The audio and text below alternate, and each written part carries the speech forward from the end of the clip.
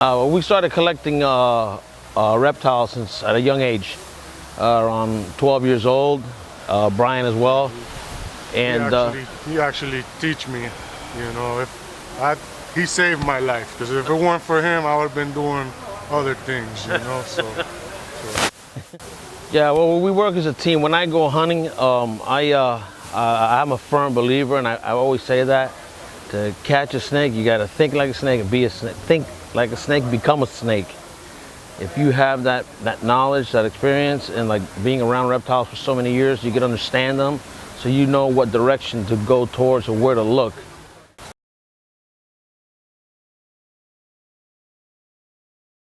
It's conservation for the Everglades.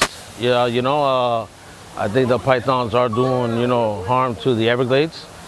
It's quite obvious. The mammal population's dropped like 90%, and I do love the pythons. It's like a bittersweet thing. It's a beautiful animal. I love reptiles, and unfortunately they're here. I wish they weren't here. 10 years, about 10 years with the pythons.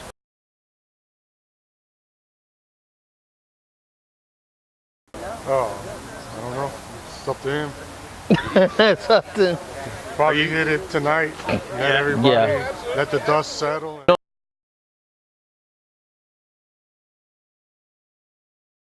If it's cold, it's better during the morning.